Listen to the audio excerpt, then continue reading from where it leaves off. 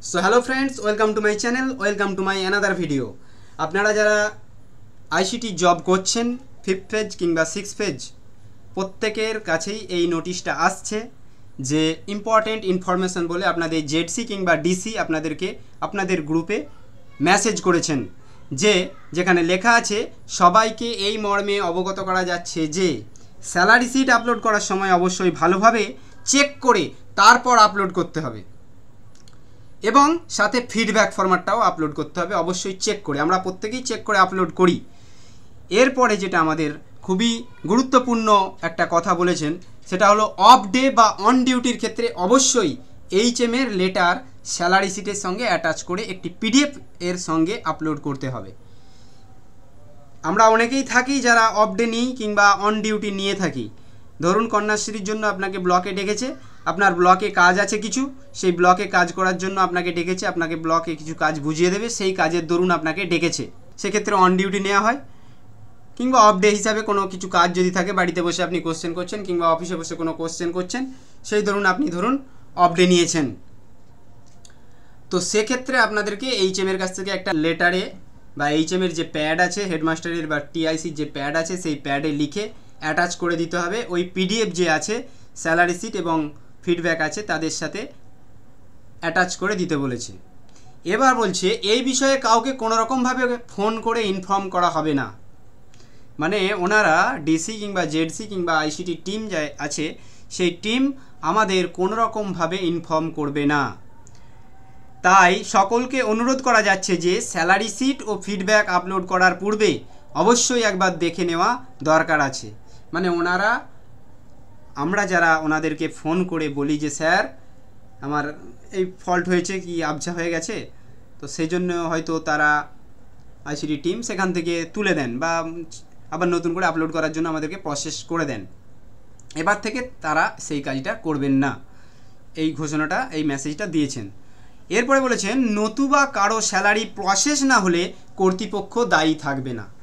কর্তৃপক্ষ মানে আমাদের কোম্পানি, ICT যে স্কুল কোঅর্ডিনেটরদের যিনি আছেন জেডসি ডিসি, তারা কোনো রকমভাবে আমাদেরকে প্রসেস করবে না স্যালারি প্রসেস। এর আগে আমরা দেখেছি যে আমাদের 22 তারিখ হয়ে গেছে, কোনো রকম স্যালারি ক্রেডিট হয়নি তখনও।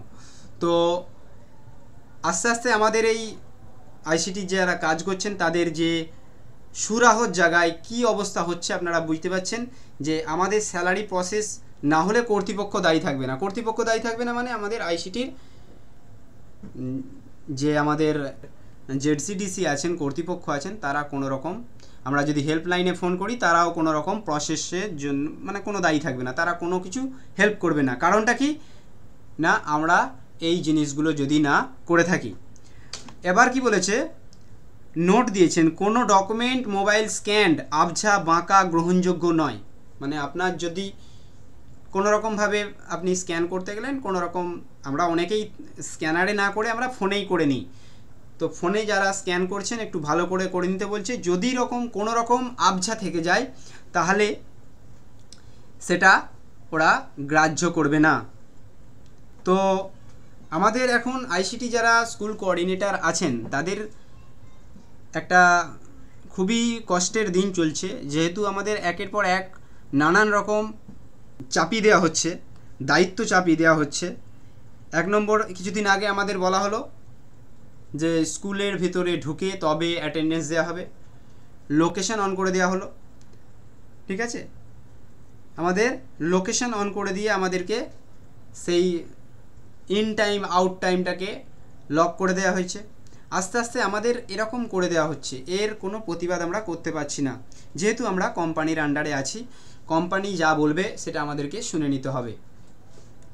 তো আমরা যারা ICT স্কুল কোঅর্ডিনেটর আছি, একটা কথা আমরা ভাবি যে আমরা ছুটি যেটা নিই, আমাদের মাসে 2 দিন ছুটি থাকে, সেই ছুটিটা যদি আমরা না নিই তাহলে আমাদের পরের মাসে সেই ছুটিটা ক্রেডিট হয় না, যে এক্সট্রা হিসাবে পরের মাসে যোগ হয়ে গেল, যে 2 দিন এই মাসে নিয়ে নিই, পরের মাসে সেটা 4 দিন হয়ে গেল, সেরকম আমাদের কোনো প্রসেস নেই যে একসাথে আমরা 12 মাসের একবারে 24 দিনের ছুটি নিয়ে নেব, সেটাও নেই। আপনারা জানেন এর আগের মাসে আমাদের স্যালারি ক্রেডিট হয়নি, সেই ধরুন আমরা প্রত্যেকেই প্রত্যেকেই আমাদের ডিসির সাথে হেল্পলাইনে কল করেছি, জেডসির সাথে কথা বলেছি, কেউ কোনো রকম ব্যবস্থা করে দেননি। তারা বলেছেন যে অনেক ডিসি বলেছেন যে আমাদেরও এখনও ক্রেডিট হয়নি। মানে আমরা কাজ করছি, গরু গাধার মতন কাজ করে যাচ্ছি, খেটে যাচ্ছি, সেক্ষেত্রে আমাদের পারিশ্রমিক ঠিক টাইমে আমরা পাচ্ছি না। কোম্পানি আমাদেরকে এমনভাবেই রেখেছেন। তো সবার কাছে আমার একটা অনুরোধ, আমরা প্রত্যেকেই একটা ফিজিক্যাল মিটিং করি, প্রত্যেকে একটা ফিজিক্যাল মিটিং করুন যে এত রকম আমাদের বাধা তৈরি হচ্ছে। আমাদের জেডসি ডিসিদের সাথে একটা মিটিং করা দরকার আছে। আমাদের সেই কবে 2023 সালে 24 সালের সম্ভবত মার্চ মাস কি এপ্রিল মাসে একটা মিটিং হয়েছিল, কি মে মাসে হয়েছিল, ঠিক মনে নেই। কতদিন আগে আমাদের একটা ফিজিক্যাল মিটিং হয়েছিল ডিসিদের সাথে, যেখানে অনেকেই ছিল। তো আমার কাছে কথা হচ্ছে, আমাদের যিনি জেডসি এবং ডিসি আছেন তাদের সাথে আমাদের একটু কথা বলতে হবে যে আমাদের কেন এরকম করা হচ্ছে। আমরা তো প্রতিনিয়তই কাজ করছি, যেমন আমাদের কোনো তো ফল্ট কিছু নেই, তাহলে আমাদের স্যালারি কেন আটকে যাচ্ছে, আমাদের এরকম ডিফিকাল্টি করে দেওয়া হচ্ছে কেন, সেই নিয়ে একটু প্রতিবাদ আমাদের করার দরকার আছে। প্রত্যেক স্কুল কোঅর্ডিনেটরকে আমার রিকোয়েস্ট, আপনারা প্রত্যেকে একবার ফিজিক্যাল মিটিং করুন। প্রত্যেক ডিস্ট্রিক্টের কাছে অনুরোধ, প্রত্যেক ডিস্ট্রিক্ট তাদের মেম্বারদের নিয়ে একটু ফিল্ডে আসুন, প্রত্যেকে ডিআই অফিসে একটা করে ডেপুটেশন দিন যে এরকমভাবে আমাদের সাথে অন্যায় হচ্ছে। দেখুন, এমনভাবেই আমাদের 3 বছর শেষ হয়ে গেছে, আর 2 বছর এমনভাবেই শেষ হয়ে যাবে। তাই আপনাদের কাছে একটা রিকোয়েস্ট, এটাই আমাদের সুযোগ, এটাই আমাদেরকে কাজে লাগাতে হবে। তো এই ছিল আজকের ভিডিওটি কেমন লাগলো একটু জানাবেন। Thank you.